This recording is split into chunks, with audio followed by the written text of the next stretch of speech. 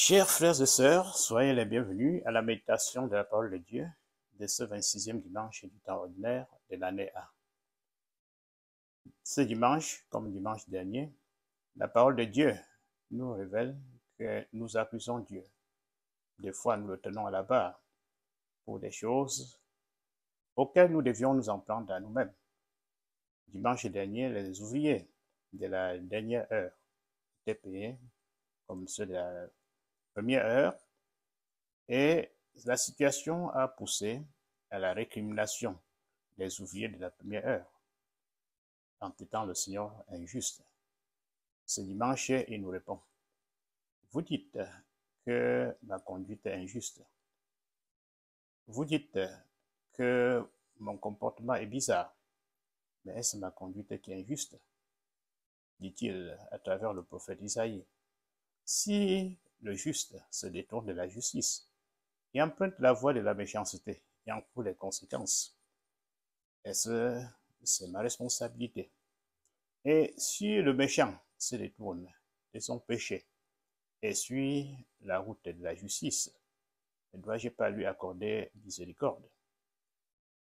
Cela trouve la concrétisation dans l'Évangile, où le premier fils accepte qu'il va aller travailler et il n'y va pas.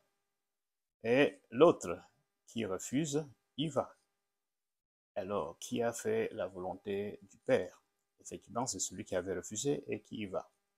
Et dimanche dernier, nous disons que ceux de la dernière heure, des fois, c'est parce qu'ils n'ont pas rencontré le Seigneur pour sa parole. Attends, des fois, ils ne sont pas paresseux. Et c'est le cas de l'autre ouvrier, du deuxième fils, qui, après avoir dit non, réfléchit et y va davantage. Celui qui fait sa volonté. Oui, des fois, nous pensons que nous servons le Seigneur, nous acquiesçons même à sa parole, mais ne mettons pas en pratique. Ce qui compte, c'est de mettre sa parole en pratique. Il nous dit, les prostituées et les publicains vous dévanceront dans le royaume des cieux. Les publicains et les prostituées sont des gens haïs de la société de son temps. Pas innocemment, à cause de leurs fautes. C'était les publicains, c'était des gens qui étaient à la solde de l'Empire romain et qui encaissaient sur l'impôt, mais plus que la bonne prescrit, et mettaient le surplus dans leur poche. Les prostituées, c'était pareil. Mais aussitôt, lorsqu'ils rencontrent le Seigneur, ils font face. C'est eux qui ont répondu à l'appel de Jean-Baptiste, comme il le dit. Ils ont accepté de se convertir au message de Jean-Baptiste qui appelait à la repentance. Tandis que les pharisiens, les scribes, les prêtres, qui pensaient leur salut acquis, n'ont pas bougé. Et Jean va parfois les intriguer. Ne pensez pas, n'allez pas dire que nous sommes des fils d'Abraham, parce que Dieu peut, des frères que voici, faire une descendance à Abraham.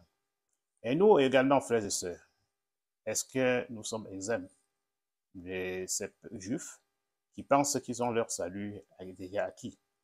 Nous arrogeons le privilège de juger les autres. Et quand il nous arrive un malheur, nous accusons le Seigneur. N'est-ce pas? Je fais toujours ceci, je fais toujours cela. Pourquoi?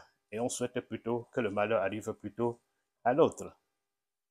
Alors, la parole de Dieu nous dit de ne pas juger. Et de voir toujours les autres positivement, ce que dit la deuxième lecture de Saint Paul aujourd'hui, l'humilité. Le Christ a laissé tous ses prérogatives et a pris la chair humaine, s'étant comporté comme un homme.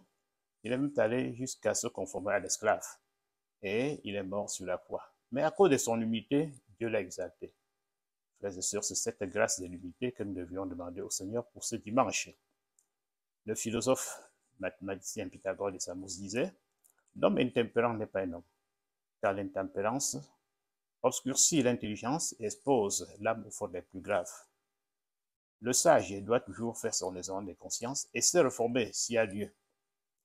Tout homme doit commencer son action par une prière et ne jamais laisser le soleil se coucher sans tendre la main à celui qui l'a offensé. Faisons de ce conseil du philosophe nôtre. Nous vous remercions et vous donnons rendez-vous pour dimanche prochain.